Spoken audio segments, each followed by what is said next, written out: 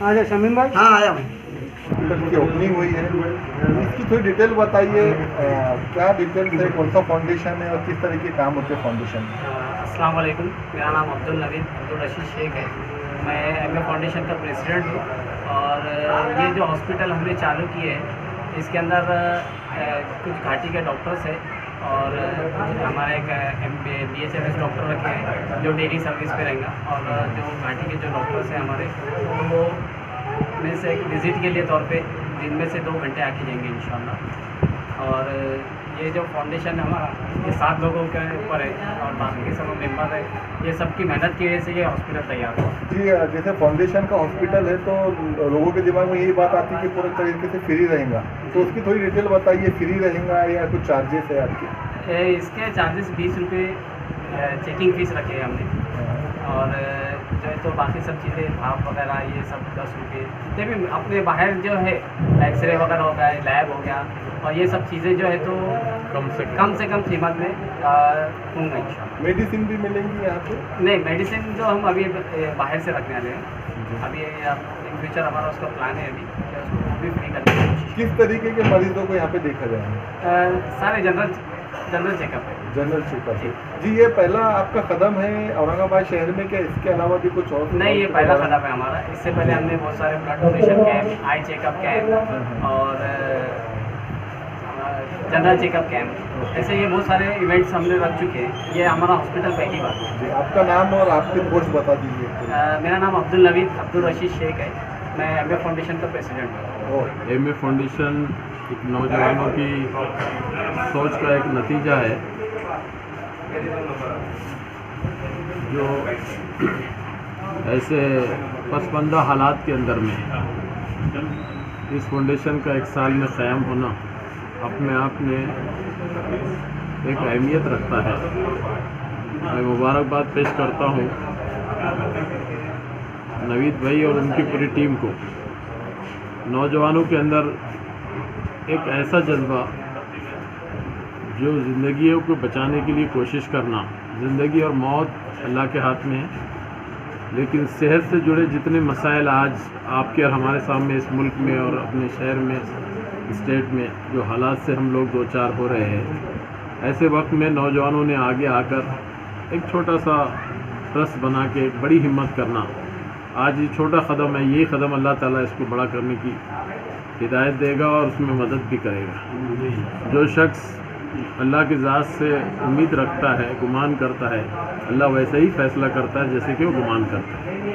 तो हम उम्मीद करते हैं कि ये एमए फाउंडेशन ने जो लॉकडाउन में भी हर तरह की खिदमत अंजाम दी, चाहे लोगों के राशन का मसला हो, उनकी ज़रूरियात का मसला हो, ये जो नौजवानों की टीम है, जो नवीद भाई, उनके हमारे मुदस्सिर अंसारी, मुदस्सिर और उनकी पूरी टीम, इन लोगों ने एक ग्रुप बना के एक शहर के अंदर में एक अच्छा इक़दाम उठाने की नीयत की और कोशिश कर रहे हैं। आप और हम मिलकर अल्लाह से दुआ करें कि अल्लाह इनको हिम्मत और ताकत दे और मज़ीद इनको ये काम करने की तौफीक दे। बात यह है कि राष्ट्रवादी और कांग्रेस और शिवसेना की ये मिली जुली सरकार की अगाड़ी की सरकार है महाराष्ट्र में, और इंजोस के लिए जो ऐसे नौजवान जो इस तरह के काम करते हैं, इन्होंने आगे आना चाहिए। मैं अपील करूंगा औरंगाबाद शहर के सभी खिदमत करने वाले नौजवानों से कि मेडिकल क्षेत्र में चाहे छोटे से क्यों ना हो, अपने अकारीब व अजीज़ जो डॉक्टर्स हैं उनको साथ में लेके, जैसे इन्होंने एक BHMS, एक MBBS और मज़ीद जो है तो बड़े हॉस्पिटल्स के डॉक्टर विज़िट करेंगे। इस ऐसे हालात के अंदर में 20 रुपये फ़ीस लेकर गरीब लोगों के लिए एक धाड़स पैदा करना, ये आज की ज़रूरत है और मैं ये समझता हूँ कि ये ज़रूरत बेहतरीन असर लेकर आएगी और नौजवानों को उत्साहित करेंगी। और मैं नौजवानों से अपील करूँगा कि आप अल्लाह की मदद से आगे आए और उम्मत के लिए, इंसानियत के लिए अपनी खिदमत को पेश करें। इंशाअल्लाह अल्लाह ताला इसका बहुत जज़ा खैर वो देंगे, क्योंकि हदीस पाक में आता है, बुखारी शरीफ की हदीस से, कोई शख्स किसी मोमिन की हाजत रवा के लिए अपने घर से निकलता है तो अभी वो नकलो हरकत किया है, अल्लाह ताला उसको 10 साल एतिकाफ़ किया जो बेरिया हो और कबूल हुआ। ये ऐसी बड़ी खिदमत है कि आदमी ज़िंदगी भर भी पहाड़ पे जाके एतकाफ़ करा, तो मैं नहीं समझता कि 10 साल का एतकाफ़ करेगा, लेकिन एक कोशिश नीयत के साथ करने की, जो अल्लाह की तरफ से जो अजर मिलेगा, इंसान क़यामत के दिन उसका अंदाज़ा नहीं कर सकता। अल्लाह ताला आपको, हम सबको खिदमत कौम और मिल्लत के लिए आगे आके काम करने की तौफीक अता करे, यही दुआ अल्लाह के बारगाह में मैं करता हूँ और अल्लाह ताला हम सबको हिदायत अता फरमाए, ये दुआ करता हूँ। सर मेरा एक सवाल है आपसे, जैसे पिछले 2 साल से जो लॉकडाउन चल रहा है, बहुत सारे एनजीओज ने सामने आकर के अपने जेब के खर्चे से, जो एनजीओज में जो संस्था में पैसा रहता है उससे खर्चे से जो तो लोगों को राशन वगैरह जो भी मदद हो सकती थी वो किया, लेकिन सरकार की तरफ से मानधन अभी संस्थाओं के लिए बंद कर दिया गया है फिलहाल। तो क्या आप सरकार से बात करेंगे? आपकी सरकार है महाराष्ट्र में। मानधन का सवाल नहीं है, संस्थाओं की जो जिम्मेदारी होती है, एनजीओज की जो जिम्मेदारी होती है कि गवर्नमेंट की जो नेमवाली है उसके मुताबिक अपने प्रस्ताव को दाखिल करे और उसका प्रचोषण करे। सरकार तो देने के लिए बैठी हुई है, कोई मानधन बंद नहीं किया हुआ है। हमारे जानकारी के मुताबिक हमारे बंद है। जो कुछ चैप्टर्स है जहाँ पर कुछ मसाइल आ गए जिसकी वजह से वो काम रुके हुए हैं, तो हम लोग अगर उसको प्रशोषण करेंगे, कोई हमारे पास एक एप्लीकेशन ऐसा लाकर नहीं दिया है पूरे लॉकडाउन में कि हमारा फलाना रुका हुआ ये मिस्तान है, आप आइए हमारे पास लेके आइए, हमारी सरकार है, हम करने के लिए आप मदद के लिए जो हॉस्पिटल की ओपनिंग हुई है, संस्था का हॉस्पिटल है, क्या कहेंगे आप, कितना बड़ा कदम है कोरोना काल में इस तरीके से? एमए फाउंडेशन जो है तो पिछले कई सालों से मेडिकल के मैदान में काम करते आ रही है। ये लाला नजीब भाई और उनकी पूरी टीम, पूरे मोहल्ले के लोग मिलकर जो है तो इस फाउंडेशन चलाते हैं। ये काबिल मुबारकबाद है, इसलिए कि एक वक्त है कि कोरोना काल चल रहा है, हज़ारों लाखों की फीस जो है तो दूसरे बड़े बड़े अस्पताल आम जनता से खींच रहे हैं। ऐसे मौके पे किसी सरकारी मदद को न लेते हुए अपनी सतह पर अपने फ्रेंड्स ग्रुप के साथ मिलकर एक इनिशिएटिव लेना, एक क्लिनिक की शुरुआत करना, ये अपने आप में बहुत बड़ी बात है, एक बहुत बड़ी किस्मत का काम है। मैं मुबारकबाद देना चाहूँगा एमए फाउंडेशन के तमाम जिम्मेदारान को, और साथ ही शायद जो उन डॉक्टर से दरख्वास्त करना चाहूँगा कि जो अपना वक्त यहाँ इस क्लिनिक पर अगर ऑनररी बेस पर कुछ देना चाहते हैं तो एमए फाउंडेशन के जिम्मेदारान से आकर मिले, इसलिए कि यहाँ पर सिर्फ फीस 20 रुपये रखी गई है। अगर बहुत सारे ऐसे डॉक्टर्स हैं जो अपना फ्री वक्त कहीं देना चाहते हैं, तो मेरी उन तमाम डॉक्टर से दरख्वास्त है कि वो सिल्क मिल्स में बातें एमए फाउंडेशन की इस क्लिनिक पर अपना कुछ ना कुछ वक्त हफ्ते में 1 या 2 मरतबा दे, ताकि वो अपनी सर्विसेज के तरीके कहीं ना कहीं आवाम के काम आ सके। और एमए फाउंडेशन के ये जो हमारे नौजवान हैं, इन्होंने जो डिसीजन लिया है, इनको भी हौसला मिल सके और ये लोगों के काम आ सके। सर मेरा सवाल एक है आपसे, जैसे पूरे लॉकडाउन में जो 2 साल का लॉकडाउन चल रहा है, बहुत सारी संस्थाओं ने आगे आके काम किया, जो उनके पास बजट का बैलेंस पूरी तरीके से खत्म हो चुका है, और कहीं ना कहीं सरकार ने जो है तो अभी मानधन देना बंद कर दिया है। तो आप आपके तरफ से, आप शहर अध्यक्ष कुछ करेंगे संस्थाओं के लिए कि तो मानधन शुरू हो जाए दोबारा? देखिए, ये असल में बड़ी बदकिस्मती की बात है कि महाराष्ट्र सरकार ने जितना कोरोना के दौरान लोगों की मदद करना चाहिए था उतना नहीं किए। हम मेडिकल अस्पतालों की बात ले लें या फिर फूड सप्लाई की बात ले लें, ये तमाम के तमाम काम सरकारी एजेंसियों से ज़्यादा एनजीओज ने काम किया है, फलाई तंजीमों ने काम किया है, चाहे वो किसी धर्म की तंजीम हो या कोई विचारधारा के लोग हो, लेकिन उन्होंने अपनी अपनी सतह पर समाज का काम किया, समाज के मुतासरा लोगों की मदद की है। तो जैसे अभी हाल ही में जो है तो इन्होंने महाराष्ट्र सरकार ने रिक्शा ड्राइवरों के लिए जो है तो स्पेशल फंड प्रोवाइड किया था, तो महाराष्ट्र सरकार की जिम्मेदारी है कि वो पहले एनजीओज को तरजीह दे ताकि ये अपने काम और ज़्यादा काफी सालों से लोन की, तो अभी 2 साल हो चुके हैं, वादा बहुत नुमाइंदगी रही है। अगर पहले दिन उन्होंने एजुकेशन लोन की शुरुआत कर दी है, अगर किसी भी तालिब इल्म को एजुकेशन लोन की ज़रूरत पड़ती है तो मजलिस से कांटेक्ट करें, हमारे कारकुनान से कांटेक्ट करें। दूसरा जो है तो अभी नवंबर तो खवातीन के लिए युवाओं के लिए लोन शुरू करने का फैसला किया है। इंशाल्लाह उसमें बहुत जल्द लोन दिलाने में बिल्कुल करेंगे। सामना करते समय आज हर इंसान को कितनी परेशानी हो रही थी।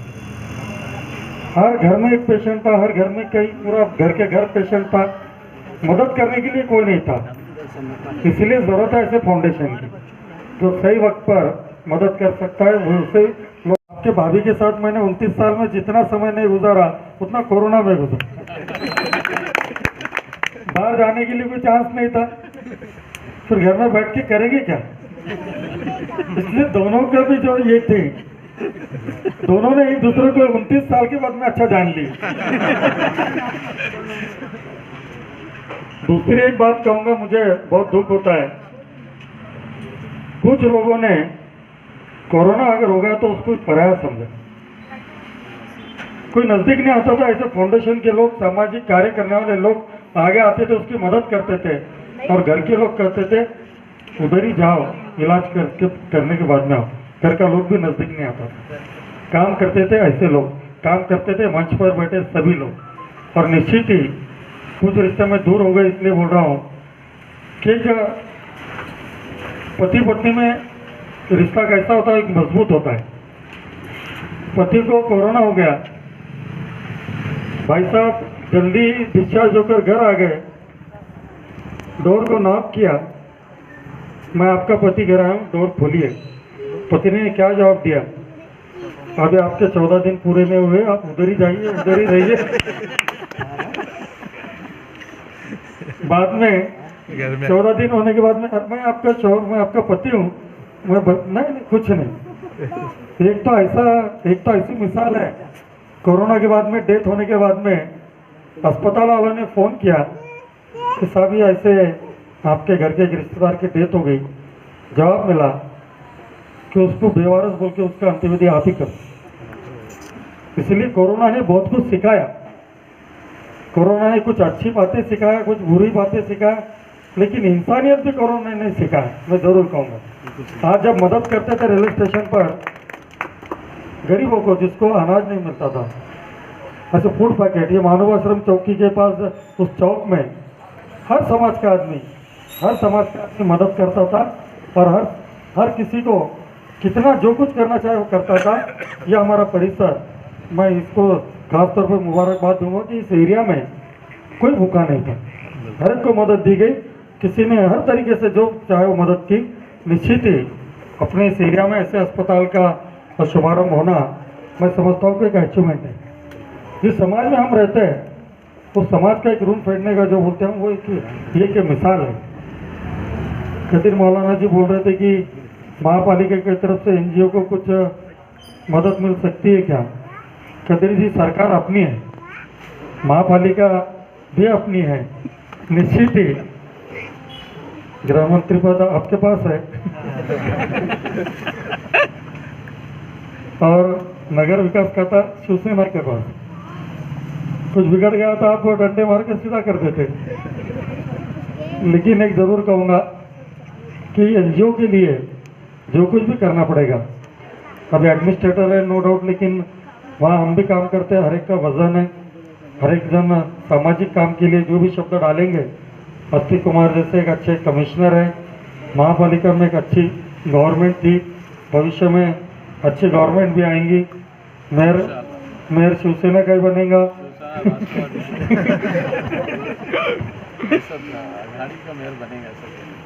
हाँ, वो मुझे जल्दी, इसलिए मैं आपका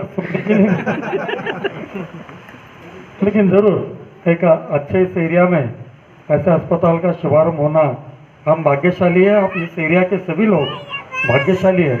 निश्चित ही जो भी आपको सहकार्य करना पड़ेगा, करने का वादा करता हूँ, और आप सभी से क्षमा मांगकर मैं यहाँ से जाता हूँ। मुझे और एक इनाग्रेशन 4 बजे था, मैं सोचा ये 3 का राइट 3 सवा 3 हो जाएगा, लेकिन आकर मैं बराबर अटक गया। लेकिन दिल से इन्होंने याद किया, भले ही पत्रिका में नाम नहीं था।